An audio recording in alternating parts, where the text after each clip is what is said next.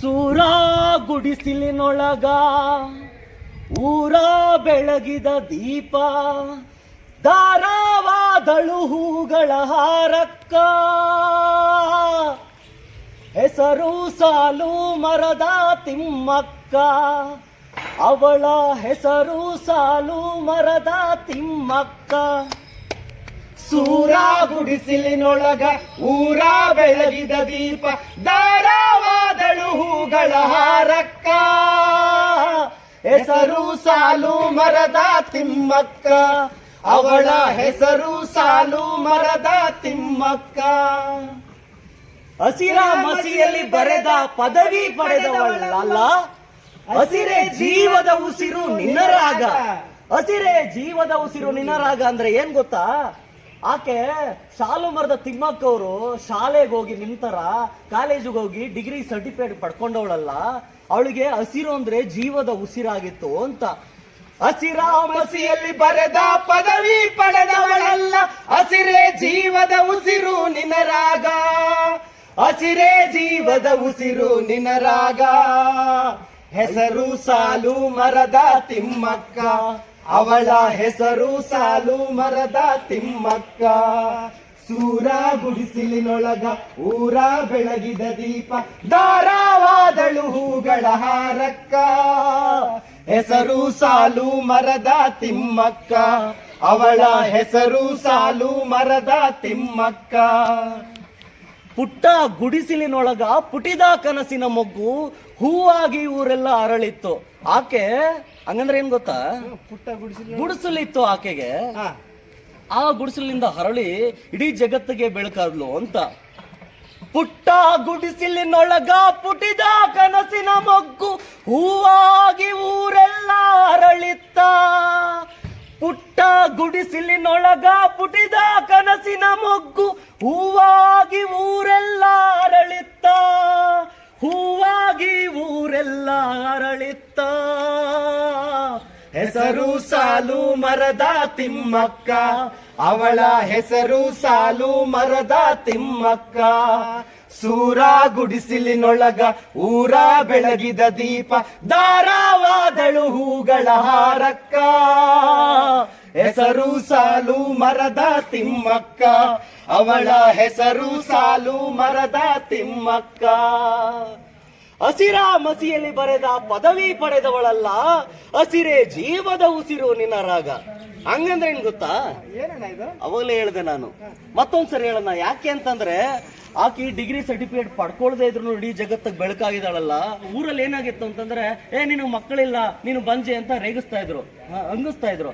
ಅದಕ್ಕೋಸ್ಕರ ನಾನು ಮಕ್ಕಳಿಲ್ಲ ಅಂದ್ರೆ ಏನು, ನಾನು ಮರಗಳೇ ಮಕ್ಕಳು ಅಂತ ಹೇಳ್ಬಿಟ್ಟು 450 ಗಿಡಗಳನ್ನ ನೆಟ್ರು. ಅವರು ಕೊನೆವರೆಗೂ 114 ವರ್ಷ ಸಾರ್ಥಕ ಬದುಕಿದ ಸಾಲು ಮರದ ತಿಮ್ಮಕ್ಕ ಅವರು ನೆಟ್ಟಿದ ಮರಗಳೆಷ್ಟು ಗೊತ್ತಾ? ಒಂದಲ್ಲ ಎರಡಲ್ಲ 9,000 ಮರಗಳನ್ನ ನೆಟ್ಟಿದ್ದಾರೆ. ನಾವು ಒಂದು ಗಿಡಗಳನ್ನು ನೆಡಕ್ಕಾಗಲ್ಲ ಅಲ್ವಾ? ಇನ್ನೂ ಮುಗ್ದಿಲ್ಲ.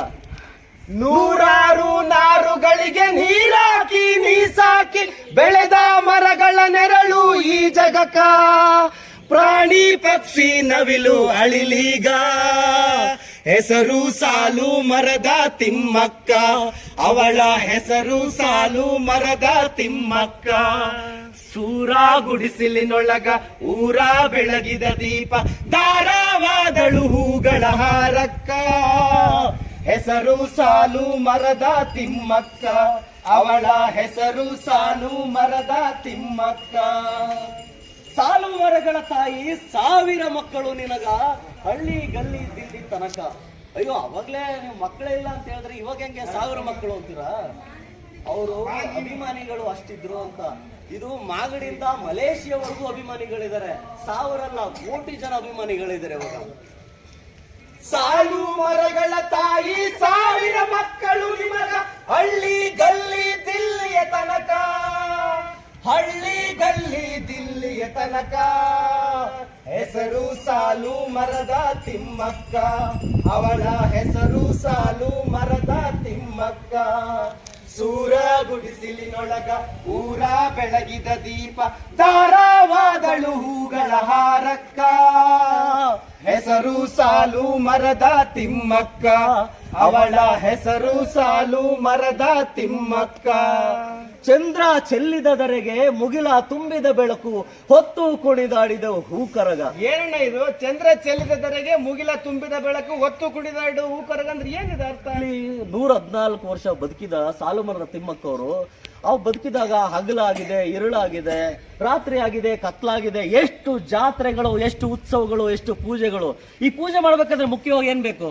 ಹೂಗಳು. ಅಂತ ಹೂಗಳನ್ನ ಬಿಡುವಂತ ಸಾವಿರಾರು ಮರಗಳನ್ನ ಆಕೆ ನೆಟ್ಟಿದ್ದಾರೆ.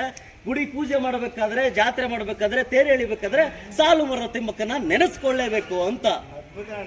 ಚಂದ್ರ ಚೆಲ್ಲಿದ ಧರೆಗೆ ಮುಗಿಲ ತುಂಬಿದ ಬೆಳಕು ಹೊತ್ತು ಕುಣಿದಾಡಿದವು ಹೂಕರಗ ಹೊತ್ತು ಕುಣಿದಾಡಿದವು ಹೂಕರಗ ಹೆಸರು ಸಾಲು ಮರದ ತಿಮ್ಮಕ್ಕ ಅವಳ ಹೆಸರು ಸಾಲು ಮರದ ತಿಮ್ಮಕ್ಕ ಸೂರ ಗುಡಿಸಿಲಿನೊಳಗ ಊರ ಬೆಳಗಿದ ದೀಪ ದಾರವಾದಳು ಹೂಗಳ ಹಾರಕ್ಕ ಹೆಸರು ಸಾಲು ಮರದ ತಿಮ್ಮಕ್ಕ ಅವಳ ಹೆಸರು ಸಾಲು ಮರದ ತಿಮ್ಮಕ್ಕ ಅವಳ ಹೆಸರು ಸಾಲು ಮರದ ತಿಮ್ಮಕ್ಕ. ಮಕ್ಕಳೇ, ನಿಮ್ಗೆ ಸಾಲು ಮರದ ತಿಮ್ಮಕ್ಕ ಯಾರಂತ ಗೊತ್ತಲ್ವಾ? ಅವ್ರಿಗೆ ಪ್ರಶಸ್ತಿಗಳು ಎಷ್ಟು ಬಂದಿದೆ ಅಂತಂದ್ರೆ, ಅವ್ರ ಮನೆ ಇತ್ತಲ್ಲ, ಆ ಮನೆ ಒಳಗಡೆ ಅವ್ರಿಗೆ ಊಟ ಅಥವಾ ಅಡುಗೆ ಮಾಡುವಷ್ಟು ಜಾಗ ಇರಲಿಲ್ಲ, ಅಥವಾ ಅವ್ರ ವಸ್ತುಗಳನ್ನ ಇಟ್ಕೊಳ್ಳೋಷ್ಟು ಜಾಗ ಇರಲಿಲ್ಲ, ಅಷ್ಟು ಪ್ರಶಸ್ತಿಗಳಿತ್ತು. ಅದಕ್ಕೋಸ್ಕರ ಗೊಲ್ಲಳ್ಳಿ ಶಿವಪ್ರಸಾದ್ ಸರ್ ಅಂತ ನಮ್ಮ ಗುರುಗಳೊಬ್ಬರು, ಅವ್ವ ನಿನಗೆ ಪ್ರಶಸ್ತಿಗಳು ಕೊಟ್ಟಿದ್ದಾರೆ, ದುಡ್ಡುಗಳು ಕೊಟ್ಟಿದ್ದಾರೆ, ಗೌರವಗಳು ಕೊಟ್ಟಿದ್ದಾರೆ, ಅದನ್ನೆಲ್ಲ ನಾನು ಕೊಡೋಕ್ಕಾಗಲ್ಲ, ನಿನಗೋಸ್ಕರ ಒಂದು ಪದಪುಂಜ ಕೊಡ್ತೀನವ್ವ ಅಂತ ಹೇಳ್ತಾರೆ. ಅದೇ ಈ ಹಾಡು.